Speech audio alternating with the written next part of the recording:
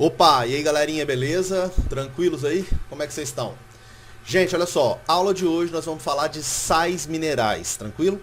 Sais minerais, eu estou falando de sais que vão liberar íons ou compostos iônicos, né? E esses íons ou compostos iônicos serão importantes para o nosso organismo de uma forma geral, ou fazendo parte de algum tipo de molécula orgânica, ou fazendo parte de algum processo metabólico, né? De alguma maneira, o nosso organismo precisa desses minerais. Tranquilo? Então eles podem ter funções diversas, tá? Associada aí a diferentes funções. Tranquilo? Em geral, precisamos deles com quantidade menores, né, se a gente for comparar com as moléculas orgânicas. Lembrando que isso aqui são compostos inorgânicos, beleza?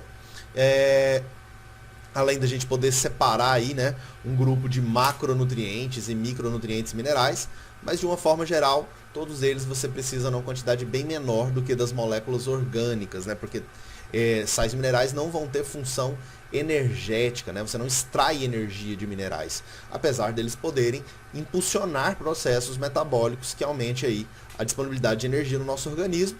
Eles próprios não vão fornecer energia, não são fontes de energia para o nosso organismo, beleza? Lembra disso. Fonte de energia é carboidrato, lipídio, às vezes até proteína, nós vamos ver isso posteriormente, ok? Bom, então vamos lá, o que são os minerais então? O que eu posso falar aí que são os minerais, né? Já até falei aqui simplificadamente aqui, mas vamos colocar isso aí. Eu posso dizer que minerais então são compostos iônicos, ou íons, né? Eles na verdade formam compostos iônicos ou íons essenciais ao organismo, né, para que o organismo funcione corretamente, para que o seu metabolismo funcione normalmente, nós precisamos desses minerais, beleza? Eu posso colocar aqui como exemplo, né? Eu posso colocar o sódio, que nós precisamos aí sempre, né? O cloro, posso falar do ferro, posso falar do zinco, posso falar do iodo, né? Por exemplo, tá? Que são inclusive alguns minerais que aparecem com certa frequência nas provas. Tranquilo, galerinha? Beleza? Então, são componentes iônicos. As funções, como eu te falei, vou até colocar aqui, ó, funções, né? Funções gerais, tá? Porque a função é muito específica. Para cada mineral tem funções muito específicas. Mas nós podemos fazer uma generalização. Por exemplo, eu posso falar que os minerais, eles fazem parte, eles podem ser parte constituinte de moléculas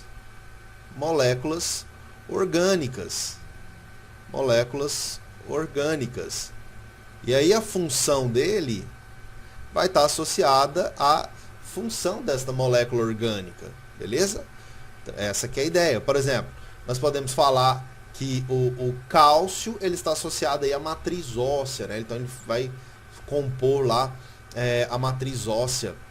Nós podemos falar, por exemplo, que o magnésio faz parte da molécula de clorofila, seria um exemplo até melhor. Eu posso falar que o ferro faz parte da molécula de hemoglobina, então o ferro está associado à função da hemoglobina, né? O magnésio está associado à função da clorofila. Clorofila eu estou falando de planta, tá? Porque essa ideia de minerais não serve só para o nosso organismo, não, serve para os seres vivos de uma maneira geral, beleza? Para o nosso organismo tem esses exemplos aí legais, que é o ferro fazendo parte da hemoglobina ou da mioglobina, né? O cobre fazendo parte de proteínas da respiração celular. Então são moléculas que vão fazer parte de moléculas orgânicas, são íons que vão fazer parte de moléculas orgânicas. Então sua função está atrelada à função daquela molécula, beleza? Isso é uma forma da gente entender aí funções de minerais. Minerais podem funcionar também, gente, como cofatores, tá? Cofatores, aí eu estou falando de quê? De ativadores enzimáticos. É um ativador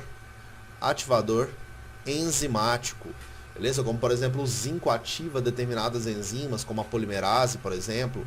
Então, ele é um ativador enzimático, tá? E pode estar mineralizado. Na verdade, essa aqui que se encaixaria melhor o cálcio lá no tecido ósseo, né? Vamos colocar alguns exemplos aqui, ó. Vou colocar aqui exemplo. Deixa eu pegar aqui a borrachinha aqui, apagar aqui, ó. Vou colocar aqui, ó, exemplo de parte de moléculas orgânicas. Eu vou colocar aqui ferro na hemoglobina, ou na mioglobina. Qual fator? Eu posso falar do zinco em enzimas, como por exemplo em polimerases, beleza? Eu posso falar mineralizado, cristalizado, posso falar do cálcio nos ossos, beleza?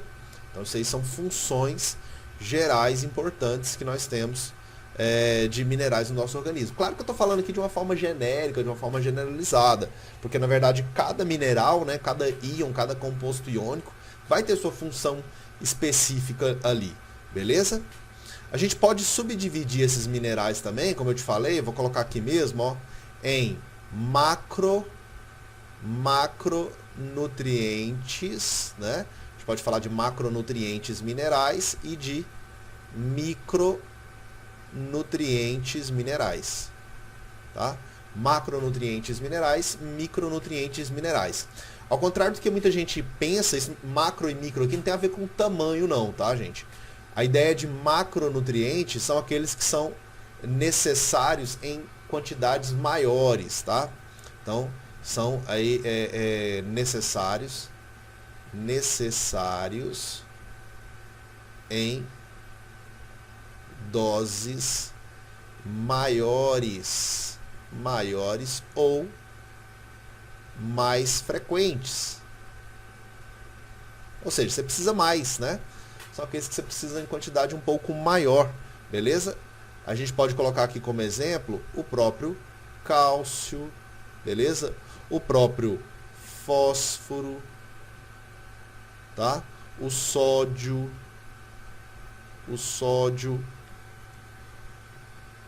o cloro, o potássio, beleza, gente? Então isso aí são exemplos de macronutrientes minerais. Enquanto que os micronutrientes minerais são aqueles que são necessários, coloca aí no seu caderno, necessários em doses menores ou menos frequente, beleza? Menos frequente. Aí a gente pode citar, por exemplo, o zinco, né? A gente pode citar o cobre, a gente pode citar o manganês, né? A gente pode citar o iodo, beleza? Alguns aí exemplos de micronutrientes minerais, ok? Beleza? Bom, isso é mais para você entender esse conceito de macronutriente e micronutriente, tá? Beleza? Não vejo tantas questões para você decorar quem são os micronutrientes, quem são os macronutrientes. Pode até aparecer, tá? Mas não é tão comum assim. Beleza aí? Tranquilo? Bom, então agora eu vou falar um pouquinho de alguns exemplos que são notáveis de minerais. Porque você tem que pensar o seguinte: professor, eu preciso saber o que sobre minerais? Ó, você precisa ter uma noção de quais são os principais minerais, como eu te falei, né? Quais são os principais minerais, você tem que ter uma noção. Então, saber que o iodo é importante para a tireoide, por exemplo. Saber que o ferro é importante para produzir hemoglobina, evitar a anemia. Saber a importância do fósforo, né, o fosfato, lá para formar os fosfolipídios, para formar moléculas de DNA, de RNA. Então, essa noção geral a gente precisa ter. E, na verdade, a gente acaba estudando isso de forma fragmentada na biologia. Por exemplo, quando você estuda DNA, você estuda lá a estrutura do DNA e você sabe que tem fosfato lá, beleza? Então você sabe que o fosfato está ligado à formação dos nucleotídeos, né? Beleza? O grupo fosfato lá faz parte dos nucleotídeos, de DNA, de RNA. Quando você estuda tecido ósseo, você percebe que o cálcio é importante para a formação do tecido ósseo. A gente vai explicar isso, vai comentar isso, né? Quando você estuda tecido muscular também, você vai perceber que o cálcio está relacionado ao processo de contração muscular. Então lá no estudo do tecido muscular, você percebe a função do cálcio. Quando você estuda a bomba de sódio e potássio no tecido nervoso, você estuda a função do sódio e do potássio, né? Então assim, de forma fragmentada, você acaba que vai estudando aos poucos, né, toda a biologia e vai aprendendo as funções aí diversas que tem desses minerais, beleza? Aqui o que a gente faz? A gente faz uma compilação disso tudo, né? Então é muito importante para o seu estudo, para você ficar lembrando disso e não esquecer, construir uma tabela, beleza? Então eu te dou esse conselho, construa uma tabela, vou até fornecer uma tabela para vocês, mas é legal você colocar essa tabela no seu caderno, colocar essa tabela no local lá no seu quarto, no local onde você estuda, ou até mesmo você construir esse caderno. Na medida que você está construindo, isso já vai ajudando você a fixar aquelas funções ali. Então é mais isso, né? Ter uma noção de quais são esses principais minerais, porque a gente sabe que eles aparecem mais nas provas. Ter uma noção das funções deles nos organismos ou dos problemas associados à carência desses nutrientes. Beleza? E às vezes também saber a fonte alimentar onde aquele nutriente vai ter. Beleza, gente? Então, basicamente, olha lá que eu estou falando para você. Eu estou falando para você principais minerais, aí você tem que saber fonte, funções e problema associado. Problema associado. Beleza? Problema associado à carência, né, geralmente. Então, quando a gente fala de minerais, a gente tem que estudar os principais, e no nosso caso aqui os principais são aqueles que mais aparecem nas provas, que geralmente coincide com aqueles que a gente utiliza bastante, com aqueles que são mais comuns gerar problema quando a gente está com a carência ou com o excesso deles. Beleza? Vamos fazer isso aqui um pouquinho aqui, ó. Então, nessa aula de hoje nós vamos fazer um pouquinho isso que eu estou contando para você. Bom, a ideia aqui é o seguinte. Vou fechar isso. Então a ideia aqui é o seguinte, vamos colocar aqui, ó, principais minerais, né? Vamos fazer considerações aí sobre esses principais minerais. Então vamos começar aqui falando, por exemplo, do ferro, beleza? O ferro, que é um importante mineral aí, beleza? O ferro é importante por quê, né? Qual que é a característica marcante aí do ferro? Ferro, ele vai ser constituinte, ele vai ser parte de hemoglobina, beleza? E mioglobina também, vou colocar os dois, mioglobina. Então você encontra ele em moléculas de hemoglobina, que você sabe que tem a função de transportar oxigênio, beleza? No sangue. E a mioglobina, que armazena oxigênio no tecido muscular. Então repare que ele está ligado a isso, beleza? O ferro também está ligado lá à respiração celular, né? Então ele também faz parte da cadeia transportadora de elétrons, né? Estou falando da respiração celular, né? Então lá você tem a ferrodoxina, por exemplo, faz parte do processo de transporte de elétrons em células e o ferro está associado a isso, ok? Então quando a gente pensa em problema associado ao ferro, né? Problema associado ao ferro, você tem que lembrar o seguinte: pequena quantidade de ferro na nossa dieta, tá? E aí pode ser ferro mais, e tem o ferro 3 também, né? O 2 costuma ser absorvido com mais eficiência, mas o 3 também pode ser absorvido. Se você tiver com pequena quantidade de ferro na sua dieta, o que isso vai acarretar? Isso pode provocar uma redução na produção de hemoglobinas, beleza? E essa redução na produção de hemoglobinas significa uma redução na eficiência do transporte de O2. Então isso diminui a capacidade de transporte de O2, de oxigênio. Bom, gente, redução no transporte de O2 significa o quê? Significa um processo de anemia, beleza?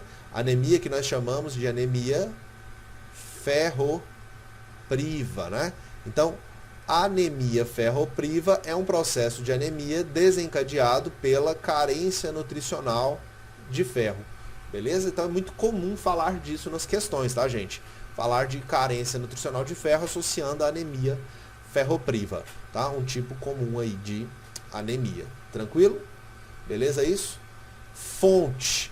Onde que a gente encontra ferro, né? Onde que são aí as principais fontes de ferro?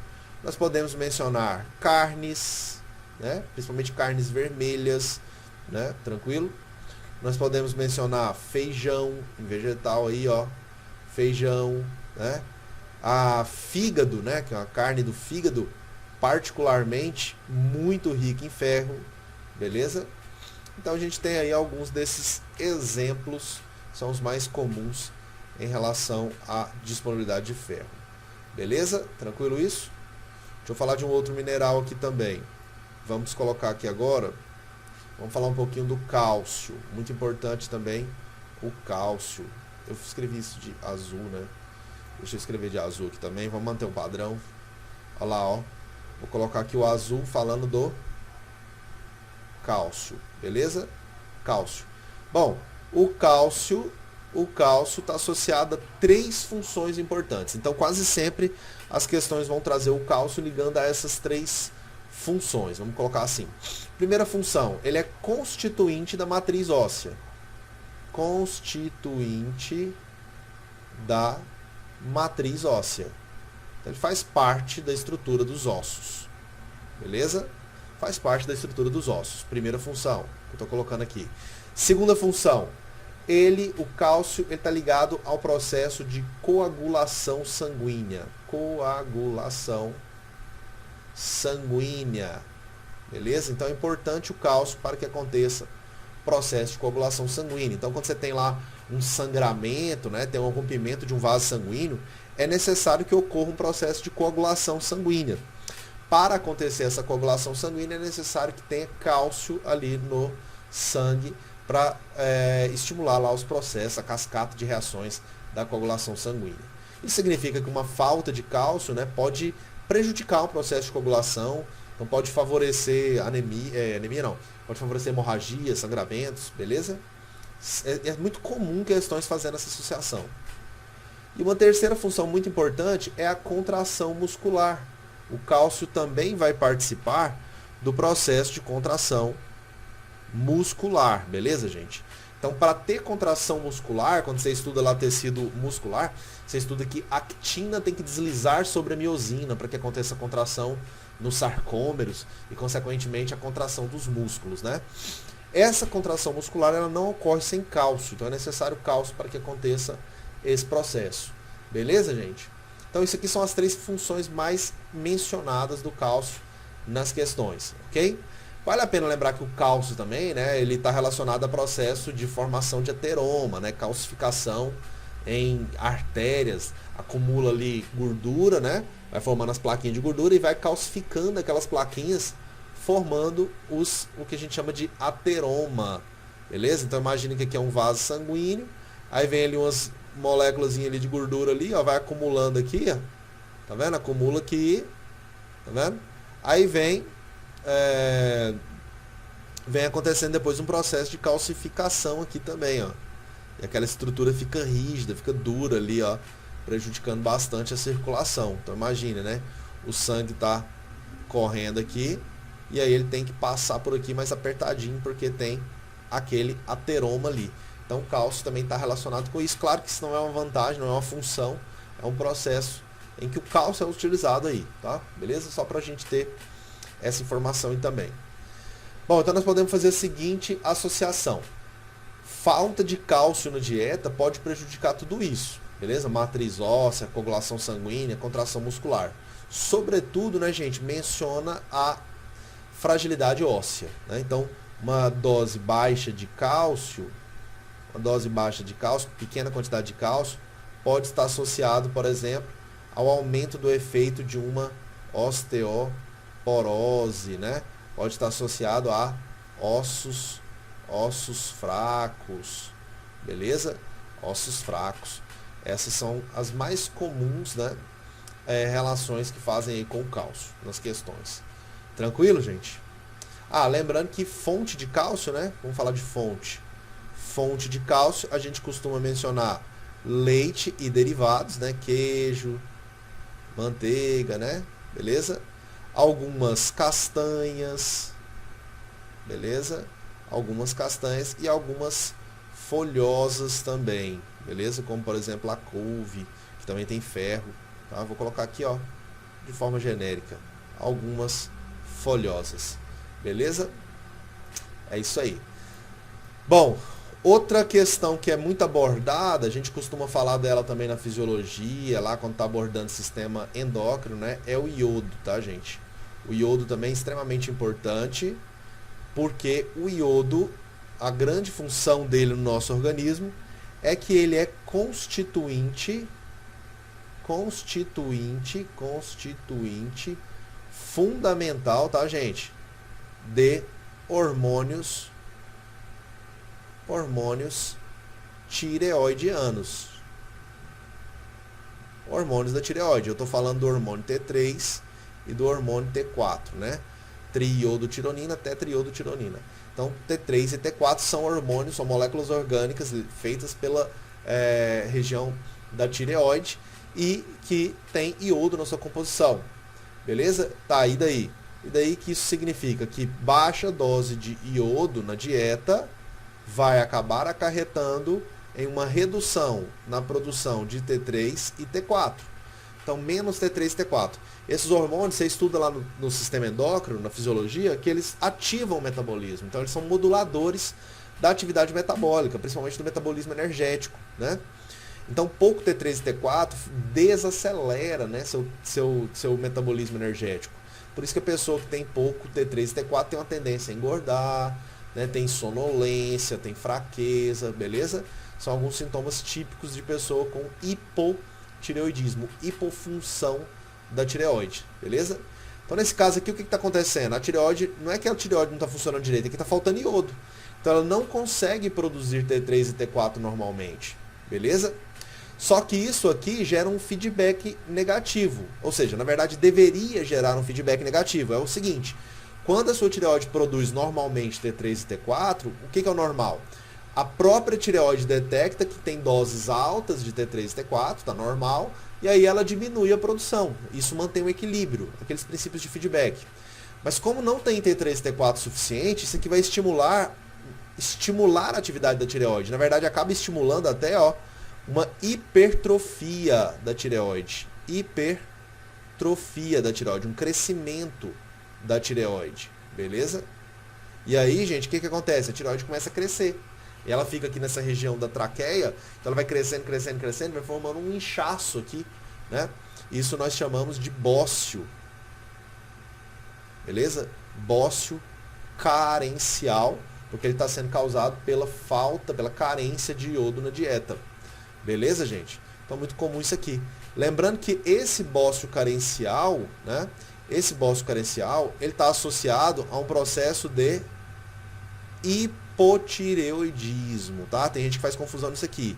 É hipotireoidismo. Toda vez que você ficar na dúvida se é hipertireoidismo ou se é hipotireoidismo, lembre-se, quando eu falo hipotireoidismo, é uma hipofunção da tireoide, quer dizer, a tireoide está produzindo menos hormônio do que deveria, então é uma hipofunção, é o caso aqui, tá? É porque vai ter situações que vai formar o bócio também em casos de hipertireoidismo, mas é a situação diferente. Por exemplo, um tumor na tireoide, ela pode crescer descontroladamente e gerar um hipertireoidismo, um excesso de produção de T3 e T4 e formar também o bócio. Então, esse bócio que eu estou te mostrando aqui é chamado de bócio carencial, é pela carência de iodo. E nesse caso, vai ser relacionado a um hipotireoidismo, função baixa da tireoide. Ok, gente? Então, tem os sintomas de hipotireoidismo, tá? Para não esquecer a fonte, né? Fonte, a gente sabe que iodo tem bastante em peixes, beleza? Em chamados frutos do mar, né? Frutos do mar. Mas, olha só que interessante, né? Na maioria dos países, por causa de um incentivo, né, feito pela OMS há alguns anos atrás, na maioria dos países o sal, né, o cloreto de sódio, o sal de cozinha que a gente usa, ele é iodado, né? Ou seja, é introduzido iodo nele para que todas as pessoas tenham aí doses significativas de iodo, né? É muito pouco que a gente precisa. E no sal de cozinha já vai ter uma dose aí suficiente de iodo. Isso porque nem todo mundo, né, come peixe, tem acesso a frutos do mar, por exemplo, ou alimentos ricos em iodo. Então, acaba que o próprio sal de cozinha já contém iodo e já é o suficiente para evitar esses tipos de problema. Então, o sal iodado acaba sendo a principal fonte de iodo para a maioria das pessoas. Beleza? Bom, falamos de ferro, falamos de cálcio, falamos de iodo, certo? Cálcio, ferro e iodo. Vou falar um pouquinho do fosfato. Fosfato, tá? Fosfato você vai ver ele na forma de PO4-, é a forma que a gente assimila ele, tá, gente? Beleza? O fosfato tem funções importantes. Por exemplo, fosfato nós sabemos que ele está ligado aos fosfolipídios. Então ele é componente dos fosfolipídios. Fosfato é componente dos nucleotídeos. Consequentemente, está relacionado à estrutura do DNA e também do RNA. O fosfato está associado à produção de ATP, né? ATP, ADP, possuem fosfato aí, que são moléculas importantes para o nosso metabolismo. Ok, gente? Beleza? Então, fosfato é isso aí, tá? Fontes de fosfato, né? Também entra peixes, frutos do mar, bastante rico também, tá? Frutos do mar, entre aspas aqui, ok? Alguns vegetais também, folhosos, algumas folhosas, também acaba sendo rica em fosfato. Ok? Beleza isso aqui? Então, esses aí são alguns exemplos de minerais que costumam aparecer com certa frequência. Vamos falar de mais alguns? Dá tempo. Deixa eu falar de mais algum aqui. Por exemplo, nós podemos falar também do flúor. Às vezes aparece em questões, tá? O flúor está associado à saúde dentária. Saúde dentária. Então, ele tanto ajuda no fortalecimento, como no combate a micro-organismos. Beleza? Então, está relacionado a isso aí, o flúor, beleza? O flúor, gente, já tem na própria água, tá? A nossa água tratada já tem flúor o suficiente. Tem muita gente até que critica o excesso de flúor, tá? Porque ele pode prejudicar, ele é um pouco agressivo também, pode prejudicar até a flora intestinal também. Mas, enfim, na água tratada tem certa quantidade de flúor. Você acaba adquirindo um pouquinho de flúor também na pasta de dente, apesar que você não vai comer pasta de dente, né? Mas um resíduozinho acaba ficando na boca e você acaba ingerindo isso também. Então são fontes aí mais comuns, tá? Do flúor. Tranquilo, gente? Beleza? Nós podemos falar também do sódio, beleza? O sódio, né? O Na+. Tanto o sódio quanto o potássio, gente, eles estão associados a um processo de regulação osmótica, né? A ideia é o seguinte: a concentração de sódio na célula influencia na quantidade de água que vai para aquela célula, no fluxo osmótico. A quantidade de sódio que tem no sangue influencia na quantidade de água que vai estar no sangue, então no volume sanguíneo, na pressão sanguínea, tá? Então, regulação osmótica que está diretamente ligado, né, à pressão arterial, beleza? Está relacionado diretamente à pressão arterial, muito importante, tá? E também a gente costuma falar da bomba de sódio e potássio, que está relacionada à atividade neuronal. Atividade neuronal, ok? Beleza isso aqui? Então, sódio é aquela coisa, está ligado à pressão arterial. Pouco sódio pode até favorecer uma baixa pressão. Excesso de sódio costuma ser mais frequente, esse problema, está relacionado a uma alta pressão, beleza? Tranquilo isso? E quando a gente fala de fonte de sódio, a gente está falando principalmente do que? Do sal de cozinha, né? Sal de cozinha. No sal de cozinha tem cloreto de sódio, está relacionado aí ao sal de cozinha. E também diversos alimentos, inclusive, principalmente os alimentos industrializados, tá, gente? É muito comum o sódio, tá? Beleza? E essas funções de atividade neuronal e regulação osmótica, o potássio também está relacionado, beleza? Potássio também está relacionado. Bom, o zinco, eu acho que eu não comentei do zinco, deixa eu falar um pouquinho dele aqui para a gente encerrar essa aula então. O zinco, ele está associado a ativação de enzimas, são cofatores enzimáticos, beleza? Então ele é associado, por exemplo, à ativação de polimerases, né? A gente sabe que o zinco está relacionado à ativação de polimerases. O zinco também é um importante antioxidante, beleza? O povo fala muito disso, tá, gente? Dependendo da prova que você for fazer, pode mencionar coisa do tipo antioxidante. Por isso que fala tanto de zinco no combate ao estresse, no combate ao envelhecimento, né, na prevenção de tumores. Porque a ação antioxidante, quer dizer, o zinco ele acaba oxidando no lugar de moléculas orgânicas importantes na nossa célula. Não deixa o DNA oxidar, não deixa a RNA oxidar, não deixa proteínas oxidar. Ele vai lá e oxida primeiro. Por isso antioxidante, por isso está relacionado a tudo isso, tá? Beleza? E o zinco, né, ele está presente em diversos vegetais, diversos frutos, beleza? Frutos, algumas castanhas, ok? Sem falar nos suplementos aí que vivem fazendo propaganda que tem zinco também. Fechou, galerinha? Bom, então olha só, aqui é para você ter uma ideia geral desses principais minerais, esses que são mais falados nas provas, tá? Tô te dando aqui uma ideia geral deles, mas é sempre importante você fazer aquilo que eu te falei, construir a tabela, ou pegar uma tabela pronta e ter ela sempre por perto para você estar sempre verificando, conferindo ali as funções e não esquecer isso até o dia da sua prova. Beleza? Então é isso aí, nós vamos ficar por aqui para essa aula, tá? Obrigado por você estar aí até agora. Um abraço. Tchau, tchau. Até mais.